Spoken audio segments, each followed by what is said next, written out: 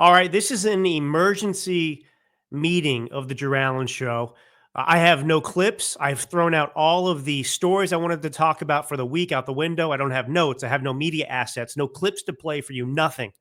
The only thing that matters right now is explaining to you the significance of this big, beautiful bill, telling you the truth about this feud and fight between Elon Musk and Donald Trump now, and just being honest here. This is, folks. I do not say this. I am not hyperbolic with you. This is the most important show I've ever done. And I pray to God truly right now that my mind, what's in there, that I can articulate everything that needs to be said right now because it's that important. Okay, I've been in this world since 2020 as a political pundit. Is somebody who was on radio and TV and podcasts, who then started my own podcast. I've been doing this show for a long time. And this is, without a doubt, the most important appearance I've ever made, the most important episode of The Drew Allen Show that has ever existed. So I hope you will stick with me. Now, first off, this big, beautiful bill, there's a lot of commentary out there. I've weighed in a little bit over the past weeks, and I've been reading it. I've been thinking about this. I've been listening to the naysayers and those who support it. And I have arrived at a very, very important decision and conclusion. And I have to share that with you, which is the truth. This bill is the most significant piece of legislation that Republicans have ever put out. This is a once in a lifetime opportunity to save this country. This bill does not do everything. No bill was going to save the country. You have to deal in reality. Politics is a dirty business. Washington, D.C. is a dirty business. This bill is not going to solve the debt. That's not the objective of this bill. It is not to solve that. That is another problem that's going to have to be dealt with along the way. Okay? To solve the debt problem in the country, do you know what's going to have to be required? Massive welfare reform. Now, this bill tackles some of that. It deals with Medicaid and requires work requirements and so on and so forth. I talked about it last episode. Go and listen to that again. So this tackles some of it. But the debt in this country, the problem in this country, it is the welfare state. That's the problem. That's why we're in this situation right now. It's Social Security. It's Obamacare. Do you think that this bill is going to tackle Obamacare, the Affordable Care Act? Do you think we have the political capital to deal with that right now? No, we do not. We do not. Now, this bill does cut spending. It cuts spending by, I think I've heard, about $1.6 trillion. Now, the CBO, the Congressional Budget Office that people are using to make their talking points against this bill, saying it doesn't do enough, it's incredibly dishonest. It's incredibly dishonest. It does not take into account the fact that these tax cuts are going to grow the economy. So there are cuts in here. Is it going to solve the debt problem, the deficit? No, it's not. Now, the other talking point from the naysayers has to do with what? The debt ceiling. The debt ceiling. Now, the significance of this bill and what's happening with increasing the debt ceiling has to do with solving a problem now or dealing with it later. Now, let me just explain this. Senator Ron Johnson, Wisconsin, I believe, senators out there saying, we need to split this bill up, do little bills.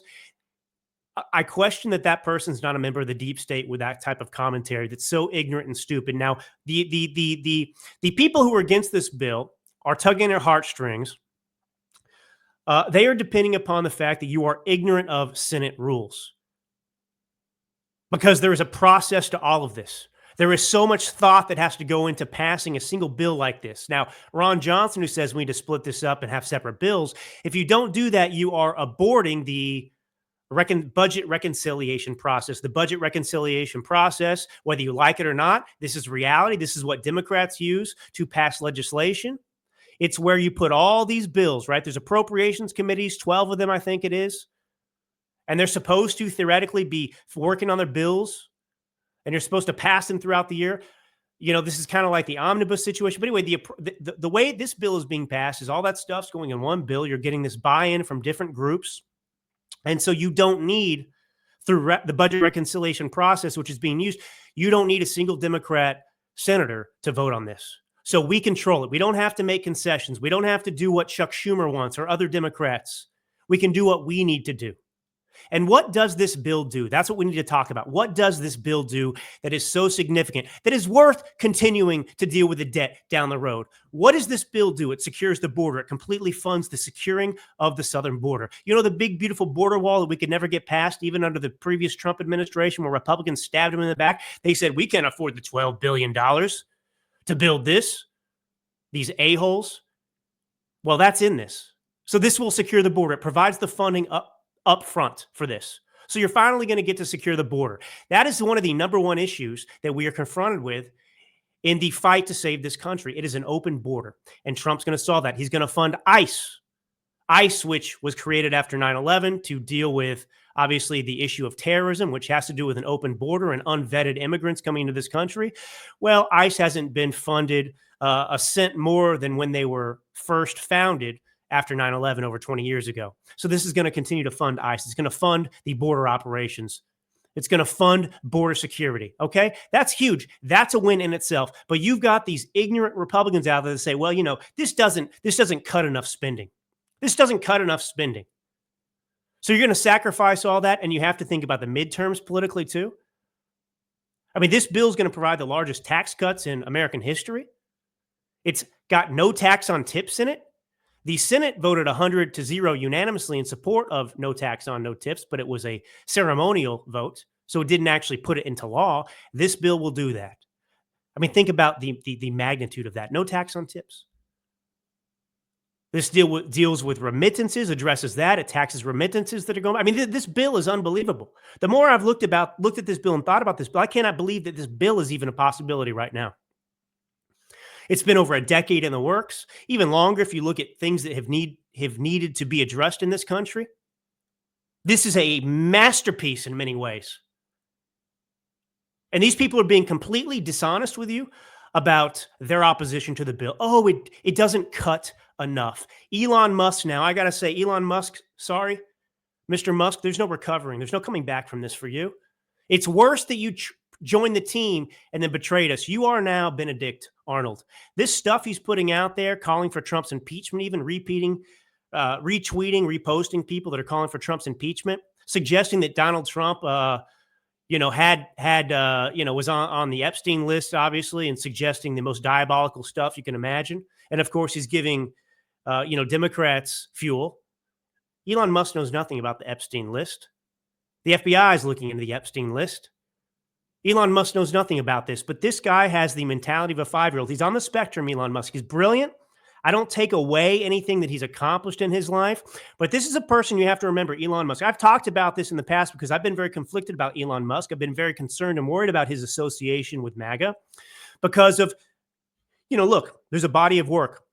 When somebody gets to be in their 50s, 60s, when they've been around in the public eye for a long time, you can look at who they are and you can start to deduce. Elon Musk is a very wealthy man. He'd be wealthy regardless of subsidies, but he's the richest man in the world because of the American taxpayer, because of our subsidizing his corporations, subsidizing his electric batteries, subsidizing his Teslas, right? Because it's the American taxpayer and these rebate programs, the federal government supporting his businesses that has made him like this.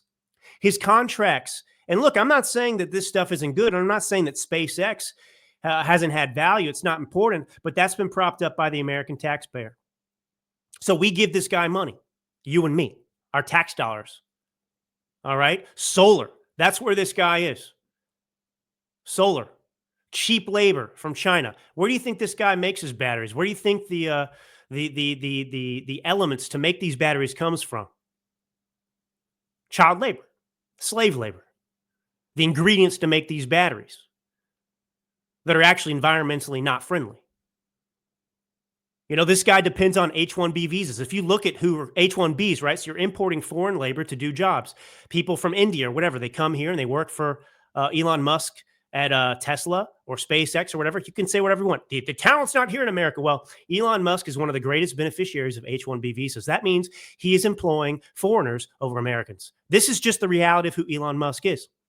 So there's always going to be some conflict because Donald Trump and the MAGA movement and sanity are against the policies that we pass that offer freedom to Americans, that offer cheap gas and electricity to Americans. That is going to hurt Elon Musk's bottom line.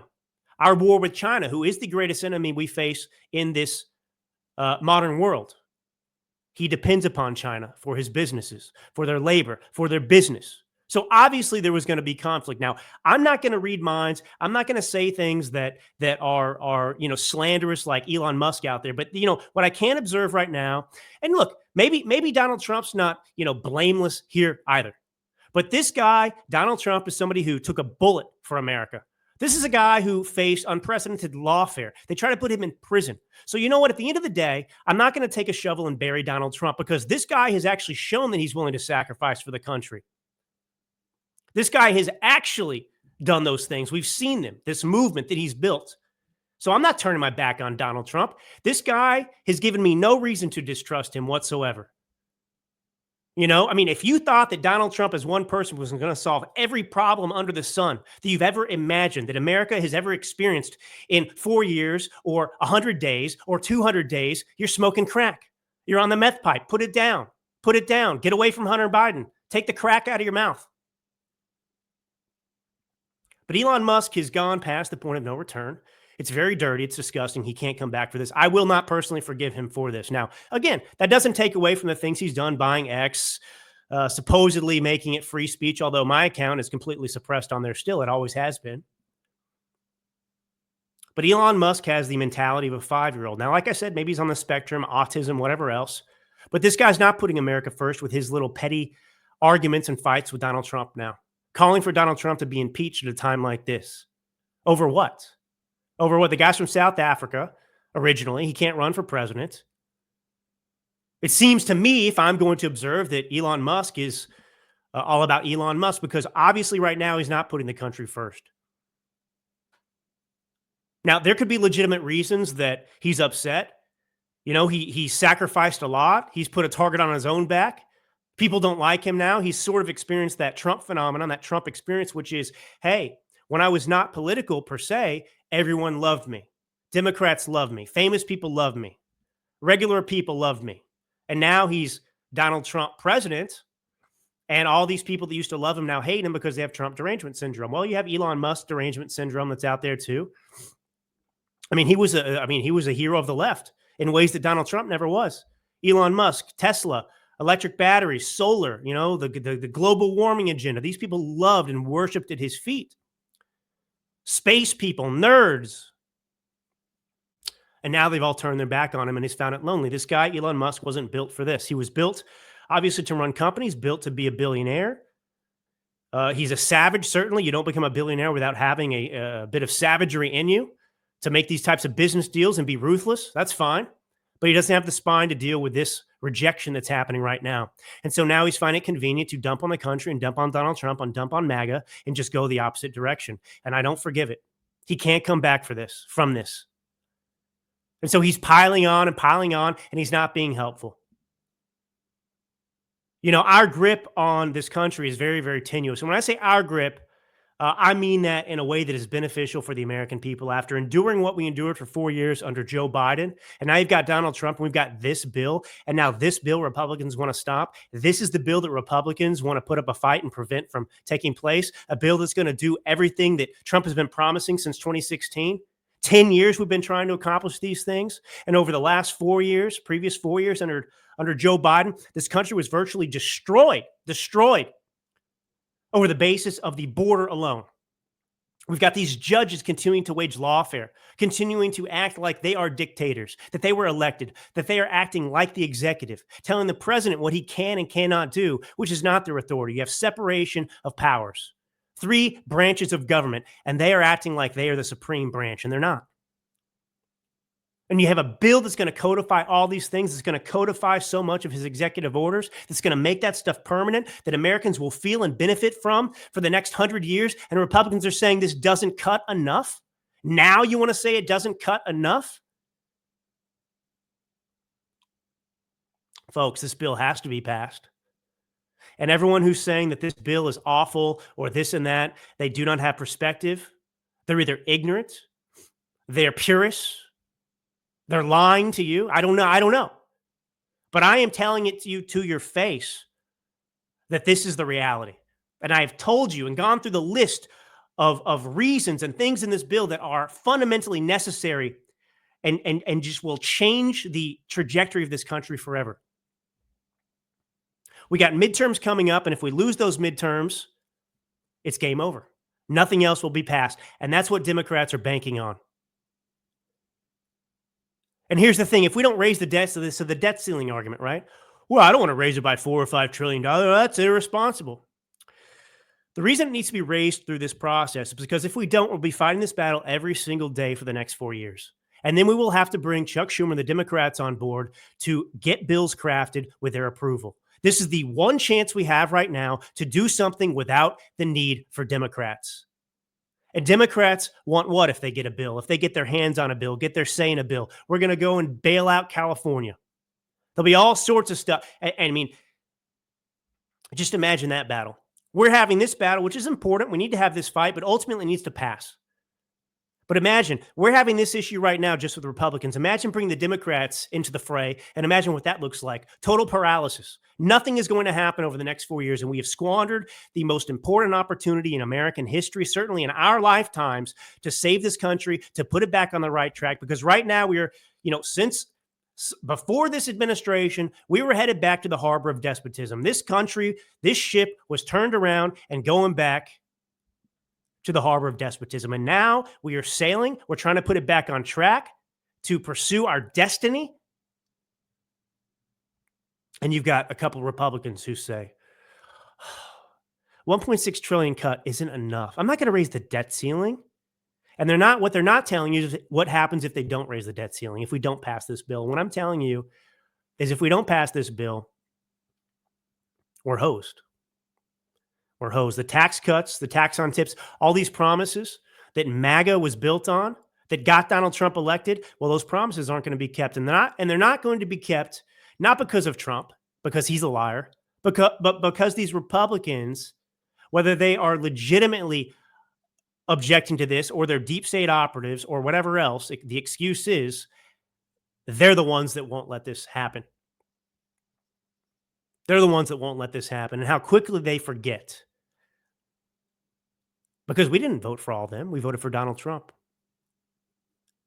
And now they get precious and they're so self-important.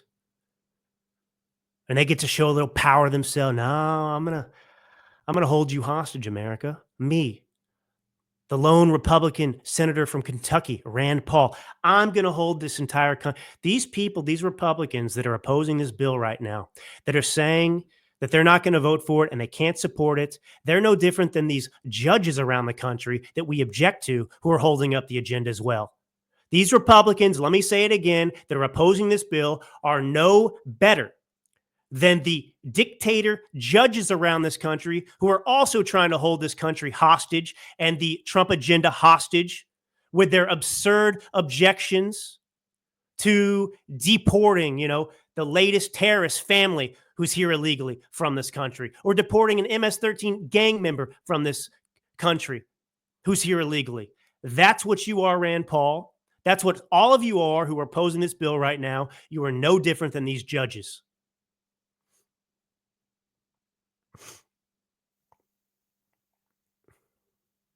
So I hope I've made myself clear. I hope I've given you some information that you need about this. I hope that you search your hearts and souls. Don't just take it from me. Think this through. Think about what I've said. Read about this and think about the stakes. We're already in $36 trillion of debt. We have a chance to secure the border in a permanent way, which is what we've dreamed of. And now people are going to say, well, if we don't solve the debt, though, as well, my goodness, how about some perspective? It's about moving the ball forward incrementally. I'll say it again. You can't solve this nation's problems in one bill. What are these Republicans, lazy? Are they saying this is the only shot they get? It will be if they don't support this bill, if we don't get the tax cuts that are needed to grow this economy and help the American people out. If the Republicans don't vote for this bill, what they're saying is they want to lose. They're saying they want America to lose, and they're saying they don't care about MAGA. They don't care about the assassination attempts on Donald Trump. They don't care about this historic victory. They don't care about this moment in history. They don't care. and they don't recognize it. That's what they're saying with their vote here. This is the best bill we can get, and it's a good bill. Is it a perfect bill? No. Is it going to solve every problem? No. But it's going to solve some major problems. And since when have we ever suggested that one bill was going to fix it all? It's not. It's not. So you can agree that this doesn't cut enough and also recognize that it's a necessary bill to pass. And if we don't raise the debt ceiling here, we're going to have this default argument. The Democrats are going to use it politically to kill Republicans. We're going to lose the House and the Senate. The majority's likely. This is about momentum. This is about winning. And I just want to say this. I've heard other people say this in the Trump administration. Stephen Miller, for example. Republicans don't like to win. They don't like to win. They get scared when they win. We're winning right now. This bill is a win for America, and they want to default back to losing because I guess it's easier to be a loser. You can be lazy and be a loser. You can be Rand Paul. I mean, what are these people going to do if they're winning all the time? They won't have anything to complain about, to whine about, to position themselves because these people run on being permanent opposition. So they can't say, okay, there's some issues with this bill, but this is important for America. We're going to secure the border. We're going to do these things. We're going to honor the votes of the American people and the sacrifices that people made to get Donald Trump elected, to get to this moment in history. Rand Paul, these others that oppose this, they're not George Washingtons. They're not Thomas Jeffersons. They're not great men. The Thomas Masseys and whatever else, they're not great men. I'm sorry. They're weak men. They're weak men. And they're using their faux principle, much like Democrats do, to give themselves an excuse, a way out, a way to lose. These people don't actually want to lead. It's comfortable for them to be in this position. They can fundraise off of it. Oh, yeah, I'm smarter than this. Better. Have these people submitted bills? Where's their bill? Where's the Thomas Massey bill? Where's the Rand Paul bill, budget bill that changes all of this? Where is it? I haven't seen it. Since when did anyone expect DC politics to give you perfection? But we're darn close. We're darn close. So that's all I want to say here about this today. Elon Musk and the Donald Trump thing, though, I'm very disappointed in Elon Musk. He was a hero for many for a while. I've warned people for a long time on this show, don't get into the worship of these people. It's nice that they come over. We welcome their help when they come, but these people have a lifetime of being leftists. Elon Musk doesn't have principle. That's the point right now. They can pretend that, they're very principled right now, but they're not, because they're not putting the country first. They're putting themselves first. And for Elon Musk to have a reaction because he doesn't support it. Who are you about the bill, Elon? So Elon Musk doesn't like the bill because it doesn't have enough cuts. It doesn't solve the debt. It doesn't solve the deficit right now. It raises the debt ceiling. And so he wants Donald Trump to be impeached. What is this about, Elon? Is it about your EV mandate? The EV mandates? Are you upset because MAGA and Donald Trump are, actually going to make the principled decisions that might have a negative impact on your companies? Is that it? I don't know. What I do know is that a grown man like this, and, he could criticize Trump too, but I don't think he's the one to pick up the poop and throw it first. And he certainly hasn't sunk as low as Elon Musk here, who is suggesting slanderously without any shred of evidence that, the reason the Epstein list, by the way, the Epstein list has never been released. So the idea that now the Epstein list isn't being released because Donald Trump's on it, that's why, if Trump was on the Epstein list, the FBI and the DOJ and the Democrats would have released it long ago because it would have destroyed and prevented Donald Trump from being president. So I don't think there's any credibility that he's on the Epstein list, but that's where Elon Musk wants to take this into the gutter because he's butthurt, I guess, about whatever. The bill's not to his liking. There are more things that are at risk in this country than just the financial. Now, I don't deny that that's not important, but the border is a huge situation. And Elon Musk has previously talked about that being a problem in the country. This solves it, but it doesn't. I mean, you can't solve everything. But if you've seen these posts from Elon Musk, folks, it's just, honestly, it's embarrassing. It's humiliating. And it's dishonest. Anyway, that's all, man. That's my rant for today. 25 minutes or so. This is a short one, but I think you have the necessary information. Go dig for yourself. Look into this some more. And just think for yourself, for God's sake, folks. For God's sake, this is one of those times where you got to ask yourself. And I asked myself the same question. I was like, maybe Trump's the moron here. Maybe he's insane. And then I started thinking about it more and more, and I realized, no, that's not true. Elon Musk is a nut job. This guy's a lunatic right now. He's like unhinged. And Trump has repeatedly put the country first. He's been around taking the slings and arrows of abuse for over about 10 years. Elon Musk just got in here and joined the club. And now he's trying to burn it down. Get the hell out of here, Elon. All right. This is Drew Allen, the Millennial Minister of Truth. God bless you all. And until next time.